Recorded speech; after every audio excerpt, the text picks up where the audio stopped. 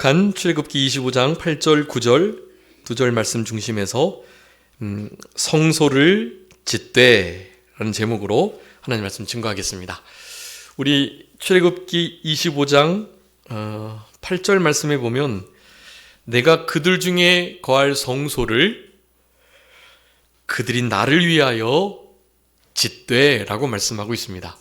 네, 성소를 짓되 어떻게 지어야 할 것인가를 말씀해주고 계시는 너무 중요한 말씀인데요. 우리 애굽 종살이 하다가 하나님께서 이스라엘 백성들을 건져주셨고 그 가운데에서 가나안 땅에 약속의 땅 가나안 땅으로 들어가기 전에 종된 삶의 모습을 그 광야 생활을 통해서 잘 빼버리고 이제는 하나님의 백성다운 삶으로 살아가도록 광야의 삶을 저들에게 허락하셨던 것을 우리가 알고 있습니다. 그러면서 하나님의 백성다운 삶을 살아갈 때 가장 중요한 것이 바로 예배의 삶이다 라는 것, 그것을 나타내 주시고자 이 광야 그 아무것도 없는 곳에서 이 성소를 지으라는 명령을 하시는 거예요. 여러분, 모든 기구들이 잘 갖춰져 있을 때도 우리가 고증을 통해서 살펴보면 이 성막은 정말 정교하게 잘 지어진 그런 텐트이거든요.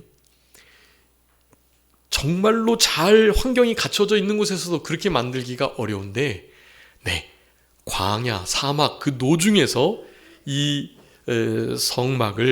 성소를 지었다라는 사실, 이게 얼마나 중요한 일이면 바로 그곳에서 그렇게 성막을 짓도록 명령하실지 우리는 이것을 좀 깊이 생각해 봐야 하는 것입니다.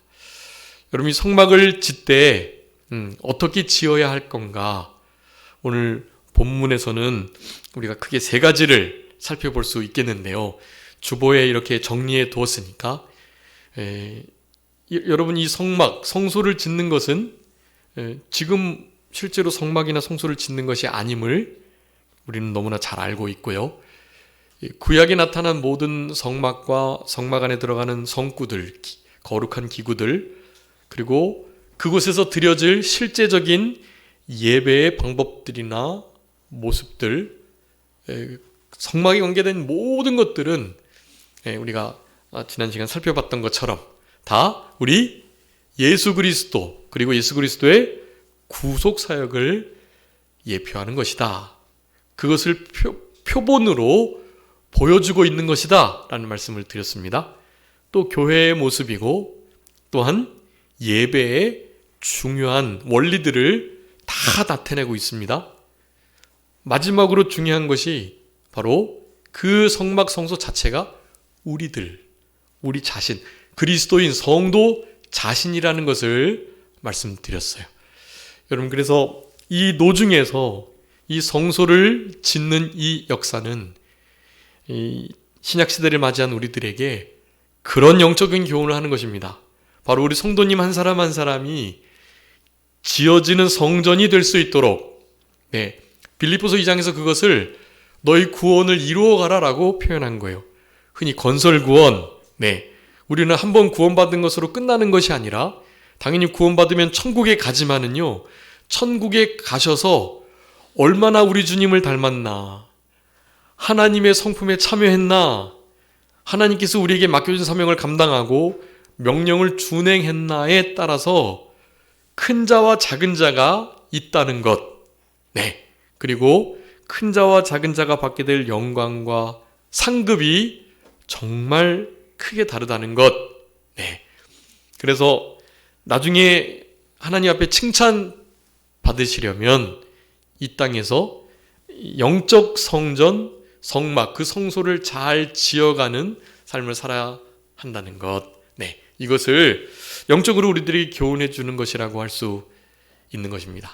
그러니까 오늘의 본문의 말씀은 실제로 눈에 보이는 천막, 그 텐트를, 성소와 성막을 짓는 방편을 말하는 것이 아니고 신약 시대를 살아가는 우리들에게는 바로 그와 같은 교훈이, 영적인 교훈이 주어지는 것이다 라고 할 수가 있겠습니다. 여러분, 우리 한 해에 하나님을 가까이 하는 복, 그 복을 누리는 것을 우리 산정교회 표어로 삼고 지내고 있는데요. 여러분, 하나님을 가까이 하려면 그분이 계신 곳으로 가야 하니까요. 그분이 계시는 거룩한 초소, 바로 성소, 성막이라는 것을 우리가 기억하면서 우리 이번 달 달력안에 이렇게 성막의 여러 모양이나 기구들, 또 그 예배의 방편들, 그 위에서 역사하는 구름기둥과 불기둥, 이런 것들을 12달 동안에 그렇게 그림을 좀 자세히 살펴보시면서 그렇게 성막론에 관한 말씀들을 살펴보려고 하니까요. 여러분, 이 모든 것들은 결국 어떻게 하면 예배를 잘 드릴지, 교회 생활을 바로 할지, 나의 개인적인 구원을 잘 이루어 갈지에 대한 말씀이라는 것. 그리고 그 모든 것들은 우리 예수 그리스도와 그 구속을 예표한다고 그랬으니까 예수 그리스도를 어떻게 잘 섬길 수 있는지, 주님이 그렇게 말씀대로 구약에 있는 모든 식양대로 살아가셨으니 우리도 예수님을 따라서 그렇게 말씀대로 살아가야 되겠다라는 다짐을 하는 그런 올 2025년 한 해가 되셨으면 참 좋겠고요. 여러분, 오늘 본문의 이 말씀을 통해서 어떻게 신앙생활을 잘 해나갈 수 있을까? 어떻게 성소를 잘 지어 나갈 수 있을까라는 것들을 살피면서 영적으로 우리 성도님들의 삶에 잘 적용해 보시는 그런 이 시간이 되었으면 좋겠습니다. 크게 세 가지로 살펴볼 수 있겠는데요. 우리 읽지는 않았지만 1절부터 여러분 잘 읽어보셔야 돼요. 1절부터 9절까지가 한 단락이니까 그 1절부터 나오는 모든 내용들을 잘 읽어보셔야 해요. 거기에 2절에 보면 그 모든 성막과 성소를 지을 재료들을 이스라엘 백성들에게 자원해서 받아라 라는 명령을 하시고요. 그 명령을 따라서 드리긴 드리되 어떤 사람들의 예물을 받아야 될지를 말씀하고 있거든요. 그게 2절 말씀이에요. 그럼 2절 말씀 한번 읽어주시기 바랍니다. 출애굽기 25장 2절. 이스라엘 자손에게 명령하여 내게 예물을 가져오라 하고 기쁜 마음으로 내는 자가 내게 바치는 모든 것을 너희는 받을지니라. 아멘. 여러분, 예물을 받아야 되는데요. 막 누구의 예물을 아무나 예물을 다 드리도록 하는 게 아니에요. 예물을 들고 오는데요. 이를테면 억지로 누가 시켜가지고 나는 정말 원치 않는데 그렇게 예물을 드리려고 하는 이들의 예물은 구별해서 받지 않아야 한다라는 거예요. 그래서 어떻게 예물을 드리는 자의 제물만 받으라고요? 기쁜 마음으로. 여러분, 정말 기쁨으로 드리는 사람과 그렇지 않은 사람은 그 벌써 눈빛과 태도와 다르잖아요, 그게. 여러분들이 받았던 정말 기분 좋은 선물은 무엇이 있으신가요? 제가 이제 사역을 하면서 그런 선물들을 좀 이렇게 받았는데요. 특별히 이렇게 이 어린 학생들이요, 그 삐쭈삐쭈삐 이렇게 부끄러워하면서 전사님, 목사님을 위해서 선물을 이렇게 주는 경우들이 좀 있는데, 여러분, 그런 선물들은요, 그 값은 많이 나가지 않죠. 그런데 그게 그 어떤 선물보다도 값어치 있게 느껴지는 거예요. 왜냐하면 그것을 주는 사람의 마음이 그것에 고스란히 담겨 마음으로 전해지기 때문에 그런 거예요. 그런 것을 우리 한국 사람들은 더 좀 잘 느끼는 것 같아요. 우리는 그저 이를테면 먹는 음식 하나도요.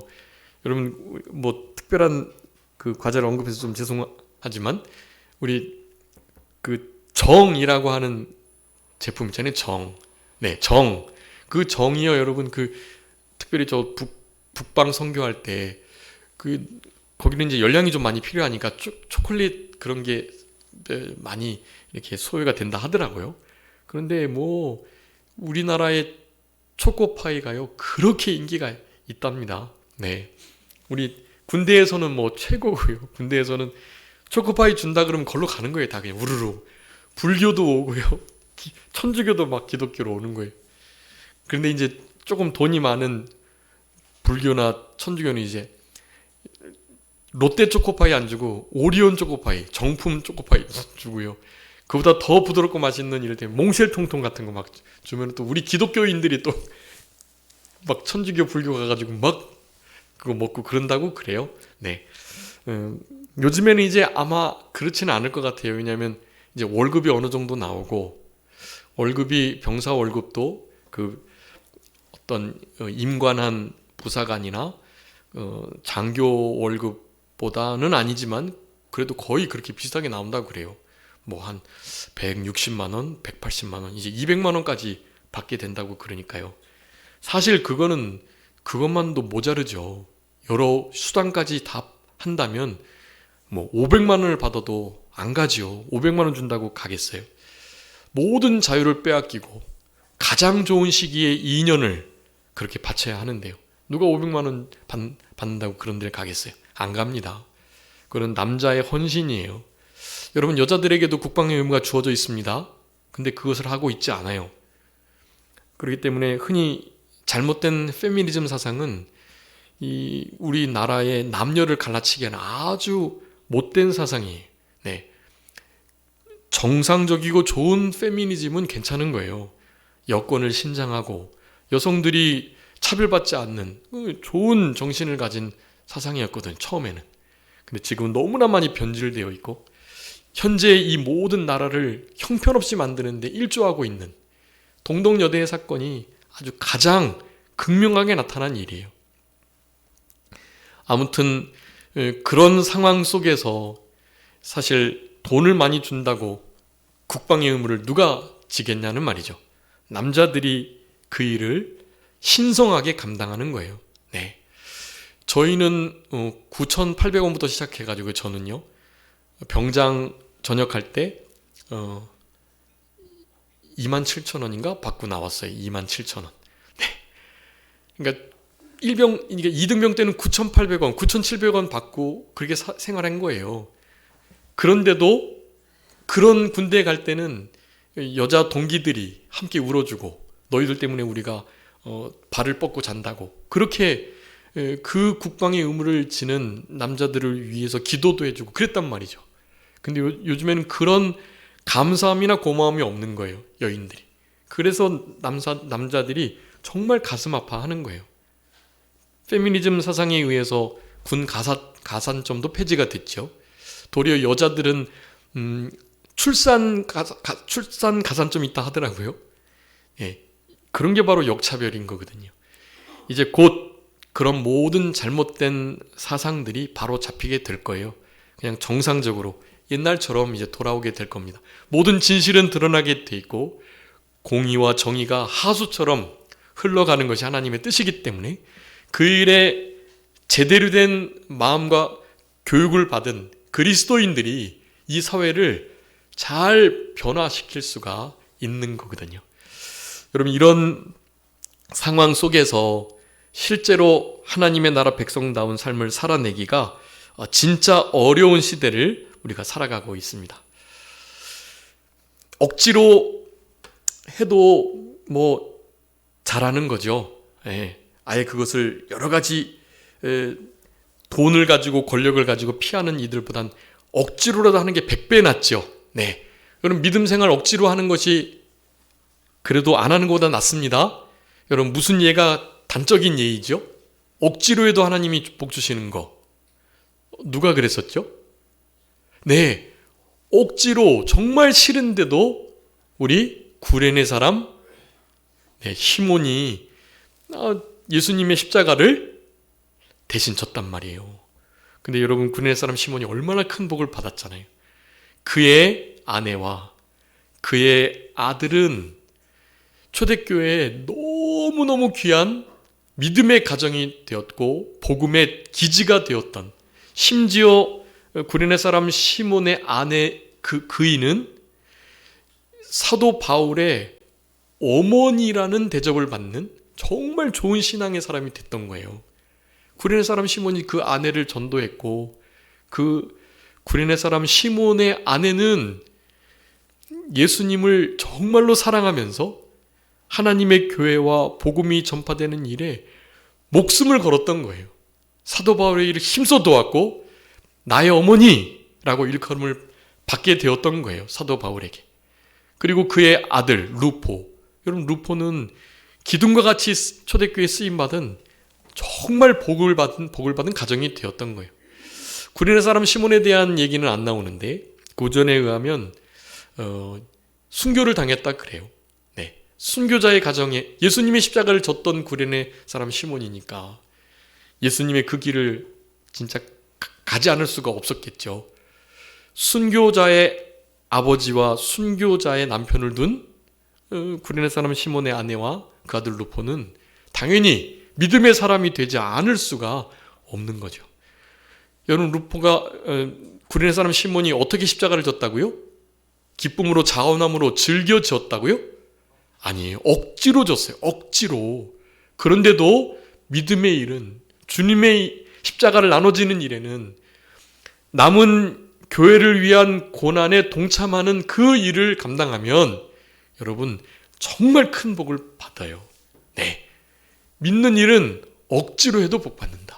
네, 여러분 따라해 볼까요? 믿는 일은 억지로 해도 복을 받습니다. 네, 여러분 하물며 자원함으로, 즐거움으로, 기쁨으로, 진짜 감사함으로 믿는 일을 하면 얼마나 더 많은 복을 받겠어요. 오늘 본문은 우리에게 그걸 교훈하시고 계세요. 다른 재물 받지 마라. 여러분, 우리 출애굽기 이제 35장 36장 뒤에 가보면요, 실제로 이제 자 예물 가져오세요 했는데요, 자원함으로 기쁨으로 얼마나 많은 재물을 넘치도록 가져온 거예요. 그래서 일을 하는 사람들이 도저히 이제는 더 이상 가져오면 일이 안 되니까 모세를 향해서 이제 제발 좀 그만 좀 가져오라고 좀 해주세요. 그래서 이 성막을 짓는 모든 일을 쓰고도 나올 만큼 넘치도록 자원이 들어온 것을 우리는 확인해 볼 수 있는 거거든요. 억지로 겨우겨우 내서 겨우겨우 쌓인 게 아니에요. 여러분, 믿는 일은요, 자원함으로 이루어져 가는 거고, 자원함으로 해도 강제하고 할당하지 않아도 어떻게 해요? 넘치도록 채워지는 원리가 하나님의 교회의 원리입니다. 네, 자원함으로 청지기의 마음을 가지고 있는 이들은요, 그렇게 할 수밖에 없는 거예요. 여러분, 근데 출애굽기 이렇게 그 역사 가운데 애굽에서 탈출할 때요, 여러분 생각해 보세요. 그런 넘치도록 많은 예물이 어떻게 나오게 되었을까요? 여러분 생각해 보셨나요? 여러분 거기 이제 2절부터 이렇게 쭉 살펴보면 어마어마한 재료들이 필요해요. 지금의 시가로는, 그때 시가로 한 계산해 보니까 한 40억 원 정도가 된다 그래요. 그러니까 지금은 한 최하 400억 이상, 10배는 더 넘으니까요. 그때 당시 한 그 모든 것들이 40억 원 정도인데, 그것을 현재로 환산하면 한 400억, 그러니까 4천억까지도 충분히 되는, 네, 진짜 어마어마한 재물을 바친 거예요. 네. 근데 그 재물들이 어디서 났을까요? 주보에 그 답이 있습니다.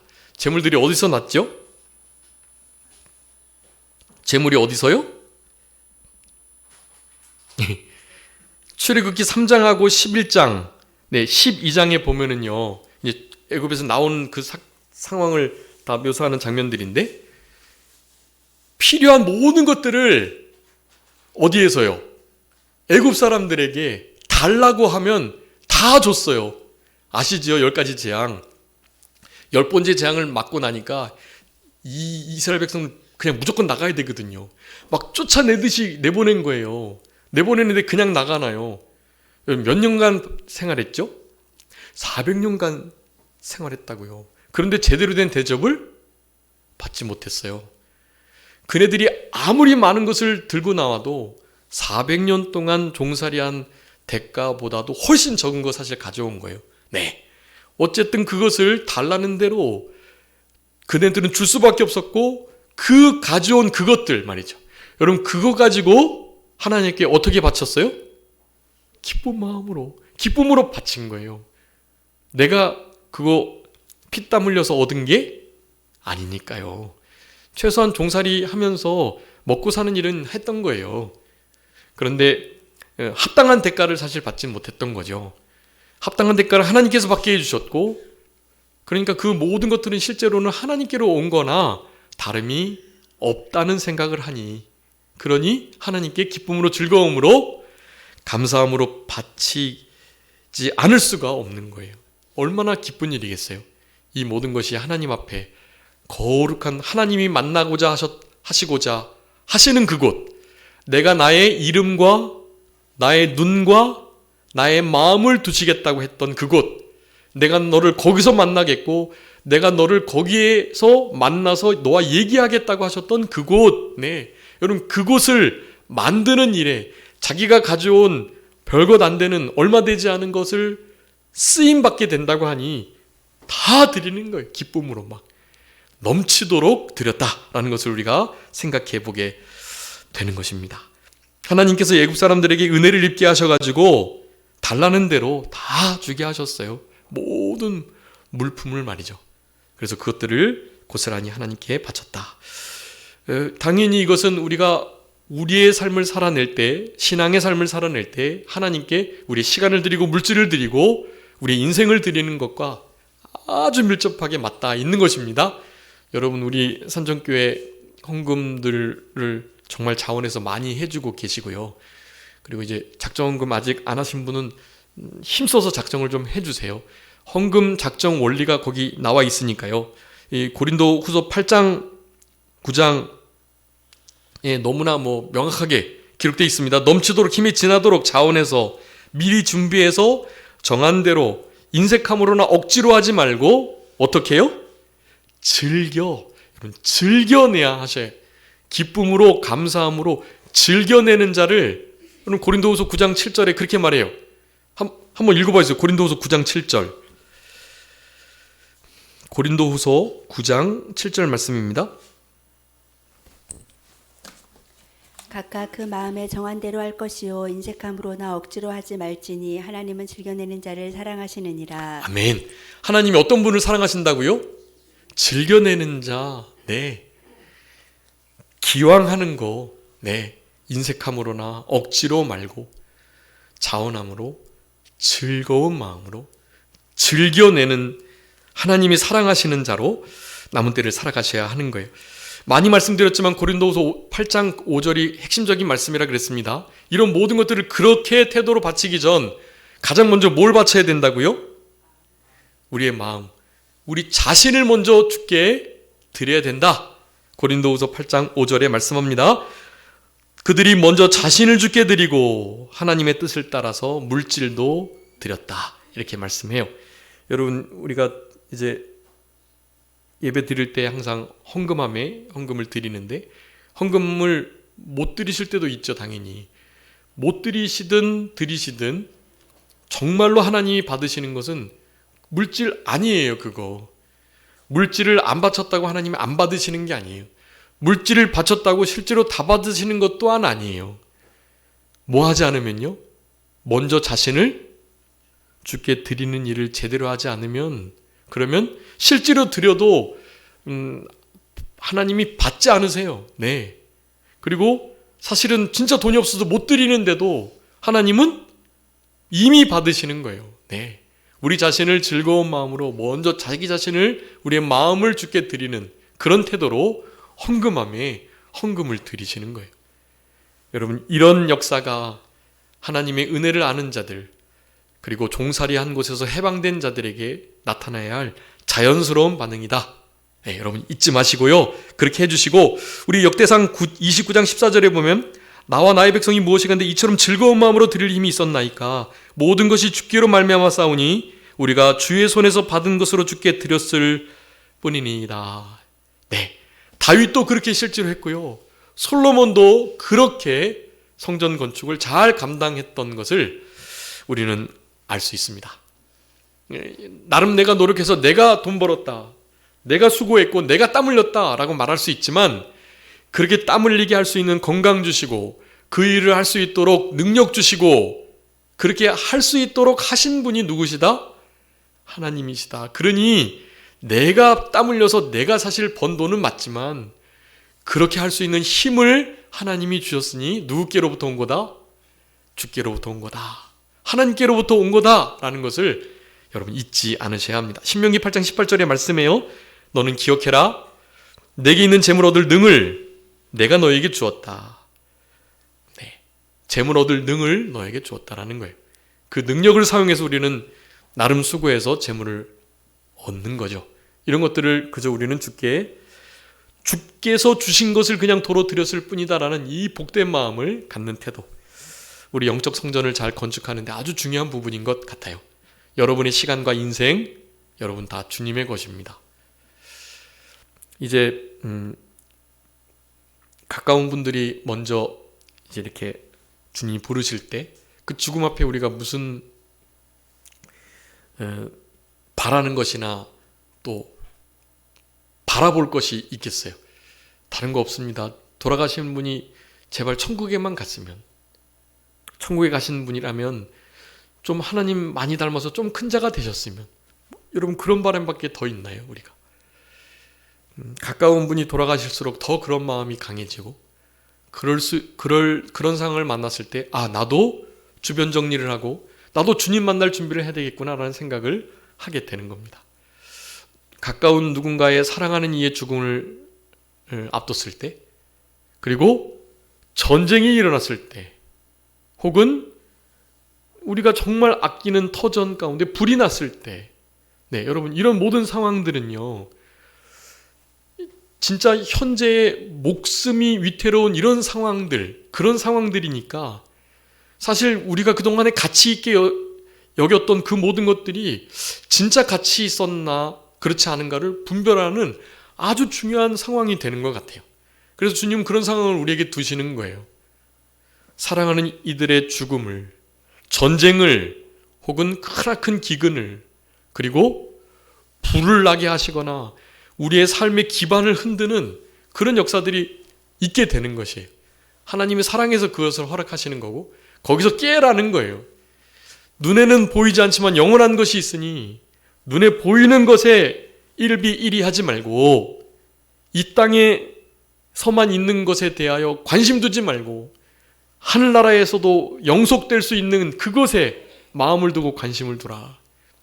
여러분 이 땅에 아무리 좋고 안전한 금고에 또 그런 계좌에 우리의 이 모든 인생의 결과물들인 나의 수고의 대가인 재물들이 모여 있다 할지라도 말이죠. 여러분 그거 천국에 가져가지 못하시잖아요. 그거 다 두고 가셔야 되는 거예요.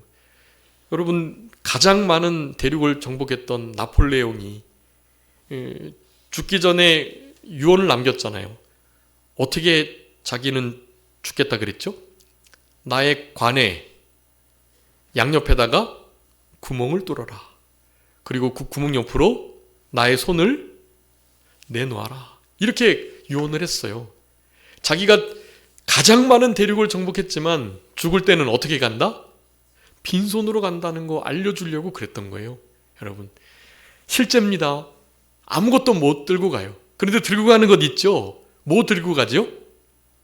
하나님의 말씀 지킨 거, 주님의 계명을 지킨 것만이 우리의 유일한 소유, 우리의 재산이 되는 거예요. 계시록 17장 14절에 말씀합니다. 주 안에서 죽은 자가 복이 있다. 성령 안에서 성령님께서 수고를 그치고 쉬라 하신 그들은 정말 복된 인생인 거예요. 네. 근데 그냥 죽고 쉬고 안식하는 것으로 끝이 아니라니까요. 그가 이 땅에서 살아서 믿음으로 살아갔던, 말씀 지켰던, 성소를 짓고 구원을 이루어갔던, 하나님의 교회와 성도들을 섬겼던, 네, 이웃을 돌보고 다른 사람들에게 따뜻한 손을 폈던 그 모든 선한 행실이, 믿음의 행위가 어떻게 해요? 따른다. 그렇게 말해요. 그의 삶의 모든 궤적들이 믿음으로 한, 보이지 않지만 영원한 것에 마음을 두고 말씀을 지켜나간 그 모든 것들이 어떻게 된다? 따른다 라고 말씀한다니까요. 여러분 우리 가지고 있는 여러분 그 재산 자녀에게 물려줘도 자녀에게 물려준 건 물론 그 자녀가 잘 쓰면 믿음으로 쓰면 그 자녀들이 그 물질로 하나님께 상급을 쌓는 거죠. 네. 그런데 여러분이 자녀에게 준 것은 하나님의 상급에 남지 않습니다. 하늘에. 여러분의 상급을 쌓으셔야 해요. 자녀들의 이 땅에서의 삶도 중요하지만 믿음만 유산 밀려주시면 돼요.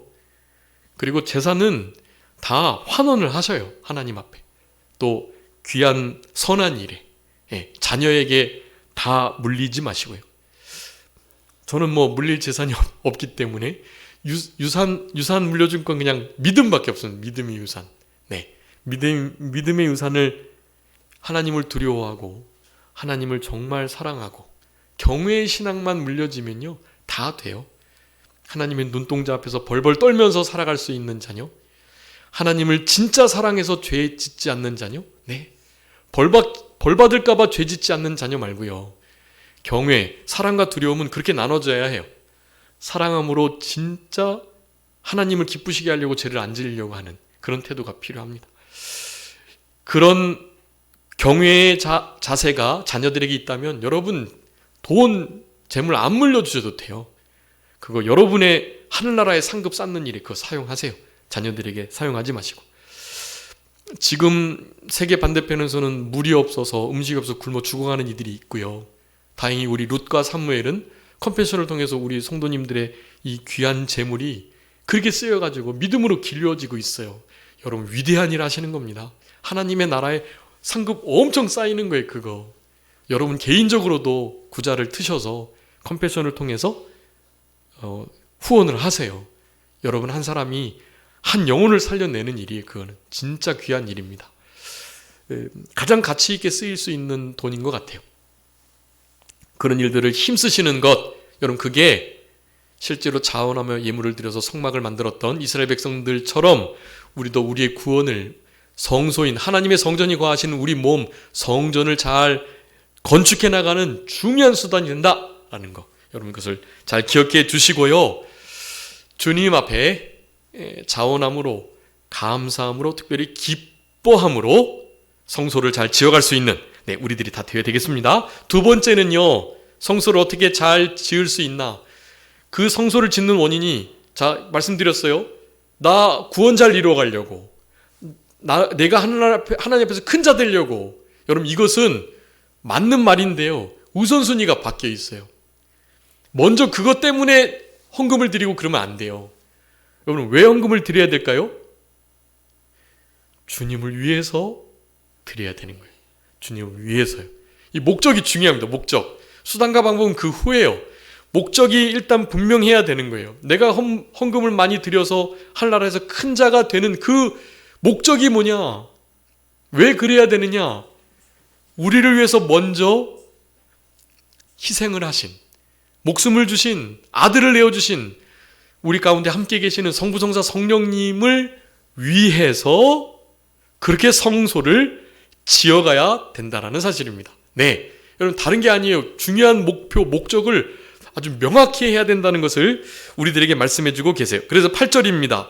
우리 여호와 하나님을 위하여서 성소를 지어라 라고 말씀하는 거예요. 너희들이 성소를 짓되 나를 위해서 지어야 된다. 네, 여러분이 구원 이루어간 것도 주님을 위해서 이루어 가셔야 되는 거예요.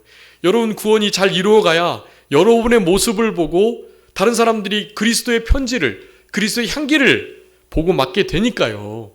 그래서 성소를 잘 이루어가야 되는 거예요. 나 하늘나라에서 큰 자 되려고, 주님 많이 닮아가지고 상금 많이 받으려고, 그것은 두 번째, 그것도 거룩하고 선한 중요한 목표예요. 근데 그거보다 영순위로 앞서야 되는 것은 바로 주님을 먼저 위하는 것이 앞서야 된다. 그것 다음에 우리가 하나님을 많이 닮음으로 영원한 상급과 칭찬이 오게 된다라는 거죠. 이 순서가 바뀌어지면 안 된다라는 것을 여러분 기억해 주시고, 먹든지 마시든지 무엇을 하든지 고린도전서 10장 31절에는 하나님의 영광을 위해서 해야 된다. 성소를 짓고 구원을 이루어가고 건설 구원을 해나가는 이유도 하나님의 영광이어야 한다라는 거예요. 다른 것이 아니고요. 여기 우리 로마서 14장 8절에 그래서 이렇게 말합니다. 우리가 살아도 주를 위하여 살고 죽어도 주를 위하여 죽나니 그러므로 사나 죽으나 우리가 주의 것이로다. 네, 여러분 우리는 주의 것이기 때문에 주님을 위해서 그렇게 살아가야 되는 거예요. 주님을 위하기 때문에 성전을 건축해 가야 되는 거예요. 주님이 그곳에서 함께 해주시겠다고 주님을 위한 장소이기 때문에 거기서 우리를 만나주시고 거기서 우리에게 말씀해 주시겠다고 하셨으니까 주님을 위해서 짓는 겁니다. 하나님은 물론 우리를 위해서 짓는 거죠. 우리를 위해서 성소를 지어주시고 주님께서 거기에 내가 임재하겠다고 약속해 주셨던 것일 뿐이에요. 우리의 입장에서는 하나님을 위하여 짓는 겁니다. 내가 그분을 만나려고, 내가 그분과 대화하려고, 네, 그래서 복받고 문제를 해결받으려고, 그래서 성소의 거룩한 곳에 나아가려고 하시면 안 되는 거예요. 그거는 두 번째로 좋은 이유예요. 첫 번째가 우선순위가 분명해야 된다는 것을 말씀하는 것입니다. 네, 우리 주님이 우리를 택하셨고 그래서 주님이 영원히 거하실 그 처소 다 주님을 위함이다 라는 거. 네, 우리 주님은 그런 것을 기뻐하세요. 하늘의 하늘이라도 어떻게 하나님이 거하실 처소가 되겠어요? 전 우주가 우리 주님의 발등상도 못한데 어디 그 작고 작은 이 지구 안에 이스라엘 지역에 그 형편없는 광야 속에 그 천막 가운데, 물론 나름 금으로 싸고 금으로 잘 아름답게 하긴 했지만 말이죠. 주님이 계신 그 아름다운 곳과 어떻게 비교가 되겠어요? 근데 주님이 그곳에 내가 함께 하겠다고 그렇게 약속을 해주신 거예요.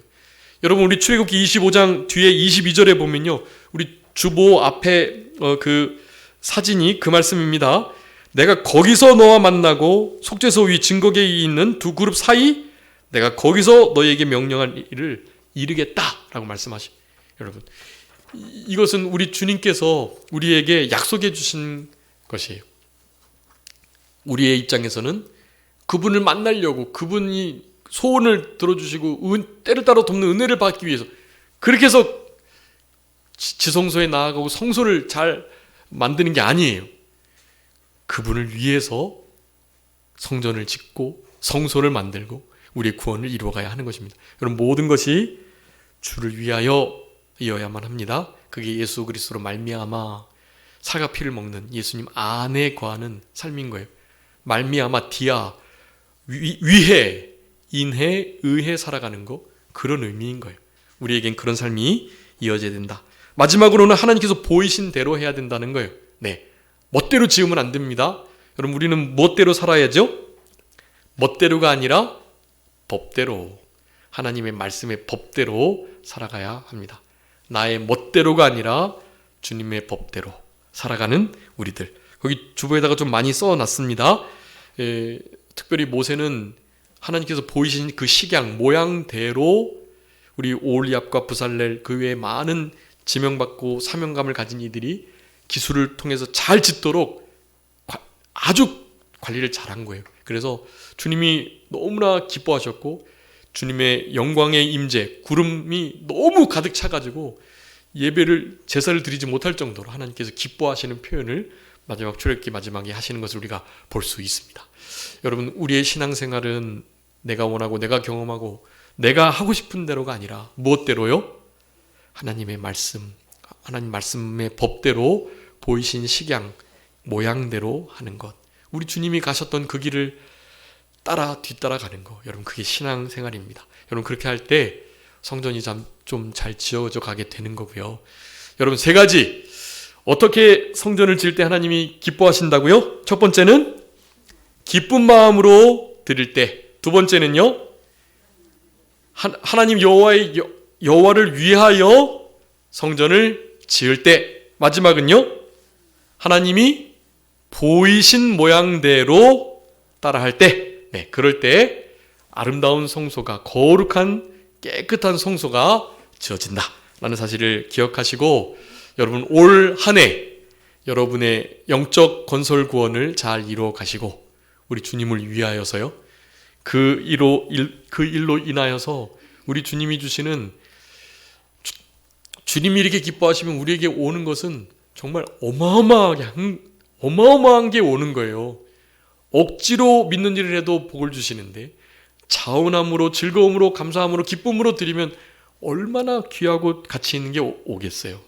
여러분 그런 복을 잘 받아 누리시는 그런 우리의 남은 생애가 되었으면 좋겠습니다. 자, 기도하겠습니다. 살아계신 우리 아버지 하나님 감사합니다. 우리들에게 하나님의 뜻을 따라서 하나님의 영광을 위하여 우리 아버지 하나님께서 주신 것으로 그저 다시 돌려드린다는 마음을 가지고 기쁘고 감사하고 자원하는 마음으로 즐겨 내는 자, 이와 같이 성막을 건설해 나가려고 마음을 쓰는 자들, 이런 이들에게 우리 주님께서 영광의 임재로 임마누엘로 같이 해주시고 가까이 해주시고 함께 해주시며 동행해 주신다는 약속의 말씀을 허락해 주시는 하나님의 크신 은총을 진심으로 감사합니다. 우리의 남은 생애 속에 우리 아버지 하나님께서 이와 같은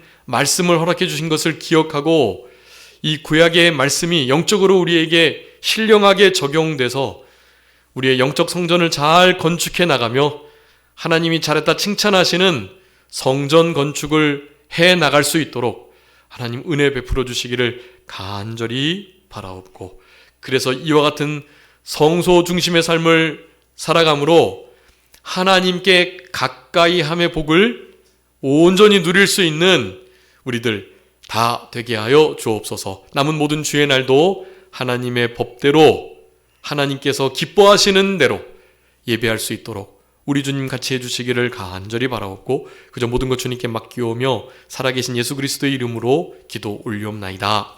아멘.